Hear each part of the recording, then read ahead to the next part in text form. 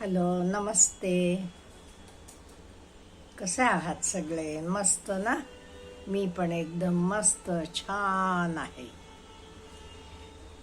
आज का नाही आपण आपलं मन कसं शांत आणि पॉझिटिव्ह थॉट्सनी भरून ठेवायचं ह्याच्याबद्दल बोलूया.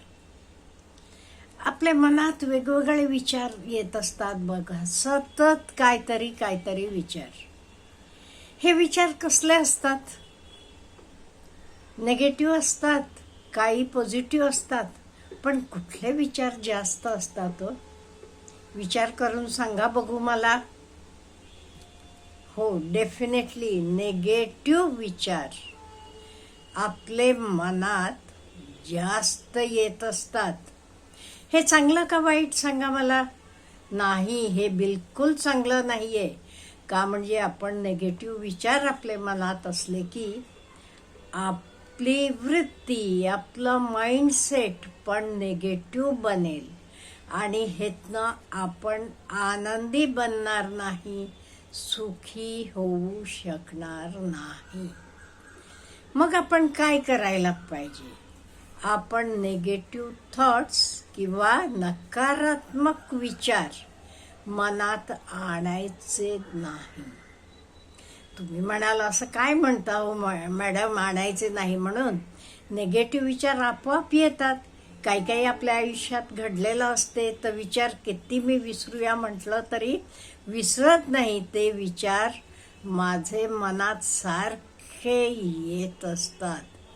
हो, असं होत असते. पण आपण हे पूर्णपणे बदलू शकतो. आज मी तुम्हाला हे तंत्र शिकवते. आपण कसे आपले नेगेटिव्ह विचार आपले मनात येण्यापासून रोखायचे. त्यांना येऊच द्यायचं नाही, त्यांना एंट्री द्यायची नाही. त्यांना म्हणायचं नो, गेट आउट. आता हे कसं करायचं? पहिलं, कॉन्शियसली म्हणजे जाणून बुजून नेगेटिव्ह थॉट्स आले तरी त्याच्याकडे लक्ष द्यायचं नाही. नाही, तुला मी एंटरटेन करणार नाही म्हणायचं आणि बिलकुल ते नेगेटिव्ह विचारांना आपण लक्ष द्यायचं नाही. इग्नोर करायचे, दुर्लक्ष करायचं. दुर्लक्ष करा. तुमच्या मनात ते नेगेटिव्ह विचार आले तरी त्याच्याकडे पूर्णपणे दुर्लक्ष करा. आणि तुमचे हे विचार काय येतात, म्हणजे तुम्हाला काय ट्रिगर करते म्हणजे सारखं कुठल्या गोष्टीचं तुम्हाला मनात नेगेटिव्ह विचार येतात. सपोज तुमचा मित्र तुम्हाला काहीतरी वाईट बोलला असेल, काहीतरी नको तर बोलला असेल, तर तुम्हाला लागलं असेल, तर तुम्हाला सारखं मनात येत असते. त्यामुळे तुमचे मनात काय तुम्हाला ट्रिगर करते हे आधी आयडेंटिफाय करा आणि तो अवॉइड करा. बिलकुल अवॉइड करा. नाही, मी त्याच्याकडे लक्ष देणार नाहीये, ते दिवस गेले, संपले म्हणा आणि तो विसरून जावा. आणि कित्येक वेळेला असे सारखे विचार येत असले तर आपण ते विसरायचे म्हटलं तरी ते लगेच मनातनं जात नाही. मग तुम्ही काय करायला पाहिजे माहिती का? तुम्ही बिझी राहायला पाहिजे. काहीतरी काम करत राहायचं. गृहिणी असाल तर कितीतरी कामं असतात. ते क्लिनिंग असते, काय साफसफाई म्हणा, काही नीटनेटकं घर लावून ठेवणं म्हणा, काही नवीन पदार्थ बनवायचं म्हणा, कितीतरी कामं असतात. असं नवीन काम शोधून काढून ते बिझी राहा. ऑफिसमध्ये तुम्ही काम करत असला तरी ऑफिसमध्ये पण कितीतरी जादा कामं असतात. ते कामात आपल्याला झोकून घ्या. बिझनेस असले तरी आणि काही नवीन स्टार्टअप्स चालू करा.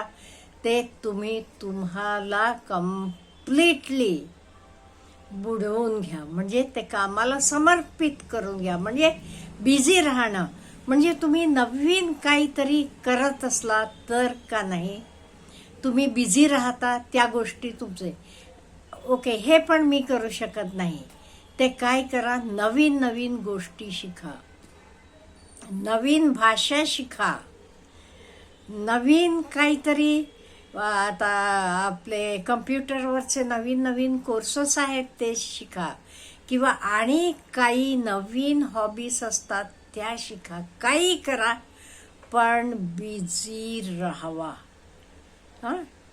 24 तास बिझी राहावा मग तुम्हाला कुठलेच नेगेटिव्ह विचार तुमचे मनात येत नाही हवं ते तुम्ही हे करून बघा आणि ह्याचे शिवाय शांतपणे भरपूर झोपत जावा का असं म्हणलं जाते restless mind leads to negative thoughts म्हणजे मनाला समाधानच नाही हो समाधान नसल्यामुळे काय होते नको ते विचार सारखे मनात येत असतात म्हणून काय करा शांतपणे झोपा तुमची झोप शांत होऊ देत व्यवस्थित होऊ देत व्यवस्थित विश्रांती घ्या म्हणजे मनाला पण खूप छान तुम्हाला विश्रांती मिळते ह्याच्यानंतर मेडिटेशन करा मेडिटेशन केलं की बघा तुम्हाला मनाला खूप खूप शांतता लाभते आता मेडिटेशन कधी करायचं सकाळी उठल्यावर आणि रात्री झोपायचे आधी ओके ह्या वेळेला का करायचं त्या वेळेला सगळं शांत असते तुम्हाला काही डिस्टर्ब होत नाही म्हणून ह्या वेळेला तुम्ही मेडिटेशन करत जावा ह्याच्याशिवाय start living in the present आत्ता माझ्या हातात काय काम आहे आत्ता मला काय करायचं आहे आत्ता म्हणजे वर्तमानात जगायला शिका नको ते मागचे विचार डोक्यात आणू नका कोण हे ना मला असं बोलला म्हणून त्याच्याबद्दल काय काय विचार करायचं ते दुःखात राहायचं त्याला शिव्या शाप द्या नाही संपूर्ण टाका तो विषय संपला तो पास्ट दिवस गेले तो विषय संपला तर काही मनात सुद्धा आणू नका आणि मी तुम्हाला म्हणतेय तरी इन द बिगिनिंग हे तुम्हाला एवढं सोपं जाणार नाही पण तुम्ही प्रॅक्टिस केलात का नाही एक 8-10 दिवस प्रॅक्टिस झालं की आपोआप तुमचं मन शांत समाधानी राहते आणि तुम्ही काही नवीन शिका कुठली इंडियन लँग्वेज शिका फॉरेन लँग्वेज शिका आता तरी काय हो आपल्याला इंटरनेटमुळे घरात बसून आपण जी गोष्ट आपल्याला आवडते ती गोष्ट शिकू शकतो आपण किती नशीबवान बघा really we are very very lucky आपल्याला कुठेही जावं लागत नाही घरात बसून जे काही मला आवडते तर मी शिकू शकते कुठलीही गोष्ट नाच असेल शिवणकाम असेल रंगोळी असेल कुठलं फॉरेन लँग्वेज असेल कुठलाही घरात बसून मी इंटरनेटमुळे करू शकते आहोत का नाही आपण भाग्यवान आपले पूर्वजांना हे अवेलेबल होतं का हो नाही त्यामुळे खरंच आपण भाग्यवान आहोत आपण ते देवाला खूप खूप ऋणी राहायला पाहिजे का म्हणजे आपल्याला हे सगळं मिळालेलं आहे त्यामुळे खूप बिझी राहावा एवढं आपण करत गेलो का नाही कधीच तुमचे मनात कुठलेच नकारात्मक विचार येणारच नाही हे विचार नकारात्मक विचार कधी येतात आपलं मन म्हणजे माइंड रिकामं असलं तर एक म्हण आहे बघा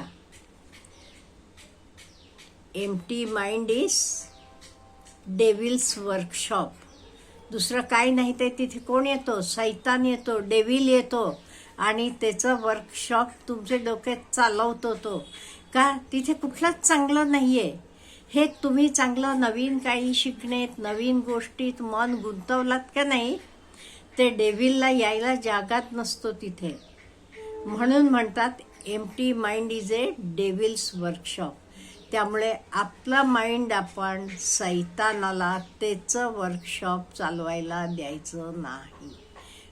आपण बिझी राहायचं आणि कुठल्याच नकारात्मक विचारांना आपले मनात जागा द्यायची नाही.